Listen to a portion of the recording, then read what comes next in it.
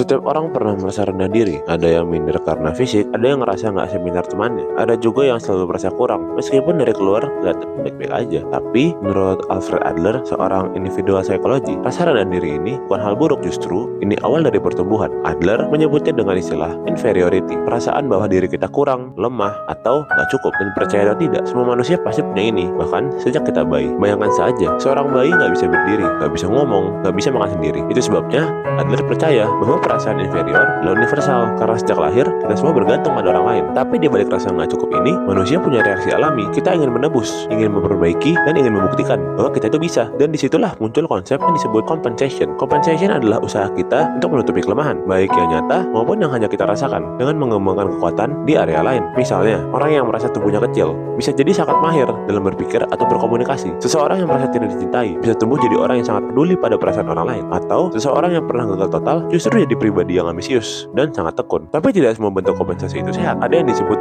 over compensation, yaitu saat seseorang terlalu terobsesi membuktikan diri sampai kehilangan keseimbangan. Misalnya, seseorang yang pernah dianggap bodoh jadi sangat perfeksionis dan keras kepala. Atau orang yang merasa tidak dihargai justru ingin mendominasi semua orang agar merasa superior. Dalam banyak kasus, keinginan untuk terlihat hebat bukan karena kita jahat, tapi karena kita pernah merasa sangat tidak cukup. Adler percaya bahwa kunci pertumbuhan bukanlah menghapus perasaan inferior, tapi memahaminya dan memilih jalan kompensasi yang sehat. Karena dari kekurangan bisa lahir motivasi terbesar untuk berubah. Karena seperti kata Alfred Adler, to be a human means to feel oneself inferior. Dan justru dari situlah kita mulai mencari makna. Karena kita pernah merasa kecil, kita jadi ingin tumbuh besar. Karena kita pernah merasa gagal, kita jadi ingin lebih berguna. Dan karena kita pernah merasa tidak cukup, kita belajar menciptakan sesuatu yang berarti.